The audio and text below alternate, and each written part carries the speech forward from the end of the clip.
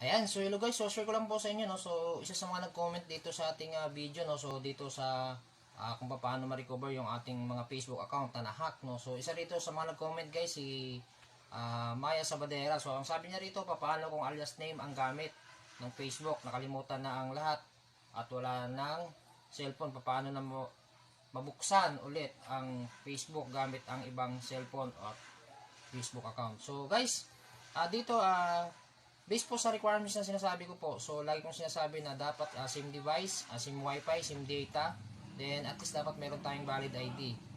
Yun po yung pangunahing requirements guys sa gustong ma-recover yung account. So kung doon sa mga wala na nito guys sa requirements na nabanggit ko, so wala pa pong idea dito guys, pero napakaganda ng comment mo, Maya Sabadera, no. So salamat sa iyong pag-comment nito. At least kahit paano nagkaroon tayo ng idea at nagkaroon ng idea yung iba. So doon sa mga nanonood ng video ko na to, no. So yun po lagi natin tatandaan guys, na dapat po yung ating mga Facebook account, kung gusto natin ito ma-recover kapag na-hack, so dapat po talagang legit yung pangalan natin, na meron tayong pagkakilanlan, meron tayong IDs, valid IDs na ipipresent once na ito ay na-hack.